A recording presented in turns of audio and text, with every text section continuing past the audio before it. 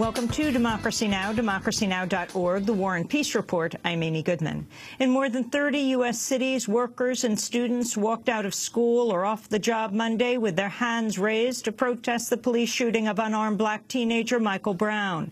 In Washington, D.C., protesters staged a die-in at the Justice Department in Cambridge, Massachusetts. Dozens laid down in a major intersection in Harvard Square. President Obama, meanwhile, issued his first major policy response announcing a community policing initiative. The sense that in a country where one of our basic principles, perhaps the most important principle, is equality under the law, that too many individuals, particularly young people of color, do not feel as if they are being treated fairly. And as I said last week, when any part of the American family does not feel like it is being treated fairly, that's a problem for all of us. President Obama's plan includes $75 million to equip police with body cameras. He also announced an executive order to tighten rules on the provision of military-grade equipment to local police, but vowed to leave the transfers mostly intact. Attorney General Eric Holder also announced steps to curb racial profiling. He was speaking in Atlanta.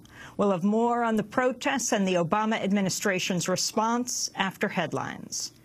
St. Louis County Police say an official with the St. Louis Rams football team has apologized after players raised their arms in the air before a game in a gesture of solidarity with Mike Brown.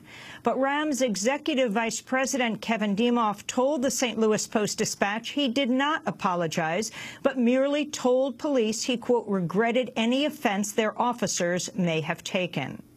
The Lebanese army has detained the wife and child of Abu Bakr al-Baghdadi, leader of the militant group Islamic State, which has claimed swaths of Iraq and Syria. The news comes as the United States has continued airstrikes against the group, with at least 55 since Friday. Meanwhile, a U.S. fighter pilot has died in a non-combat crash, reportedly in Jordan. The United Nations World Food Program has suspended aid to 1.7 million Syrian refugees due to budget shortfalls after donor nations have failed to deliver on their pledges. The UN agency said the move could be, quote, disastrous for Syrians in countries like Lebanon and Turkey. In northern Kenya, Somali militants from the group Al-Shabab have killed 36 non-Muslim workers at a quarry near the town of Mandera. Last week, the group killed 28 people in an attack on a bus in the same area. The World Health Organization says Liberia and Guinea have met a goal to treat 70% of patients suffering from Ebola, while Sierra Leone has not. The agency warned it may not reach a year-end goal to isolate and care for all patients, but Anthony Bambury, head of the UN Ebola response mission, cited progress. Global response to the Ebola crisis has succeeded in turning this crisis around. Where we were 60 days ago compared to where we are now, we have been, and by we, I'm talking about all the actors involved in the response, extremely successful in getting this crisis under control.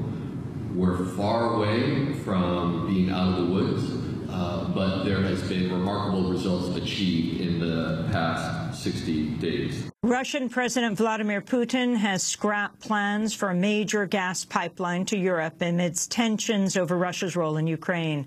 After the European Union opposed the pipeline, Putin announced the gas would instead flow to Turkey. In West Virginia, a man suspected of killing 4 people in a shooting spree has been found dead of an apparent self-inflicted gunshot wound. Police say Jody Lee Hunt was suspected in 3 shootings. One of the people he killed had filed a domestic violence case against him.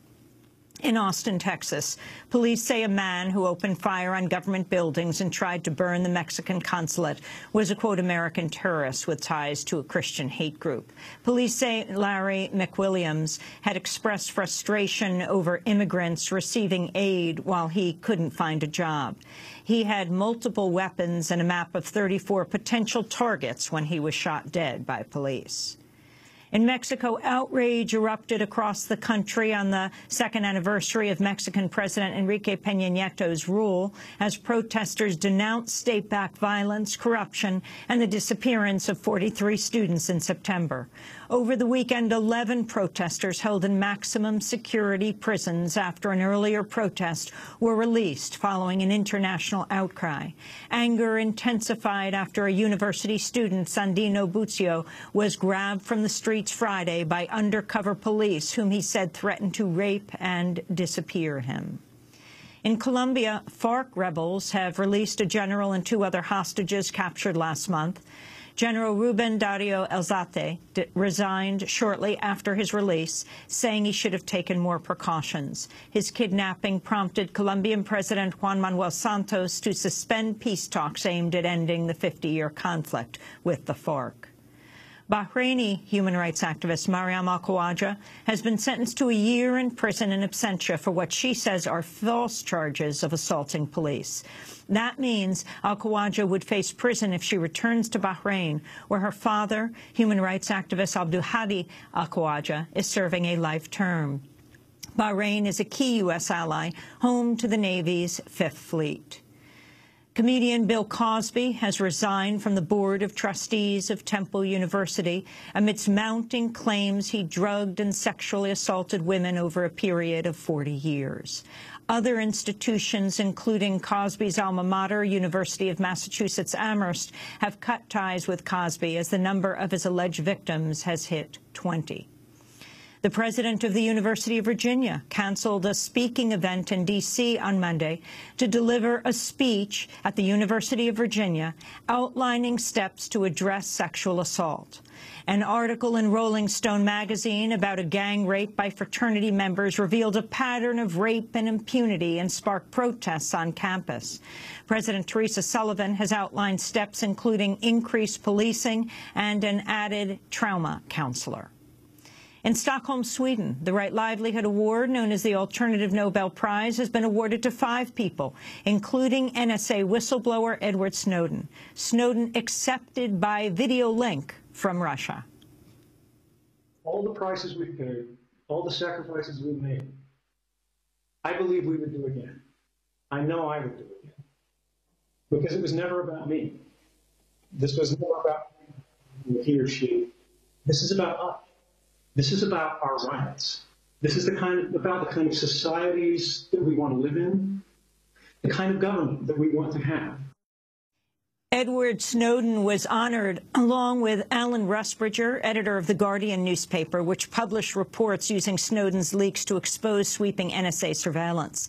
The other Right Livelihood honorees were Pakistani human rights activist Asma Jahangir, Basil Fernando of the Asian Human Rights Commission in Hong Kong, and U.S. environmentalist Bill McKibben, founder of 350.org and a leading voice against climate change. And those are some of the headlines. This last headline, tonight marks the 30th anniversary of the Bhopal disaster, the worst industrial tragedy in history. Campaigners say more than 20,000 people died as a result of toxic gas that leaked from the Union Carbide pesticide factory, while 500,000 more were poisoned.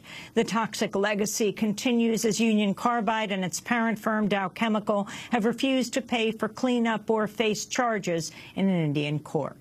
And those are some of the headlines. This is Democracy Now!, democracynow.org, The War and Peace Report. I'm Amy Goodman. And I'm Aaron Maté. Welcome to our listeners and viewers around the country and around the world.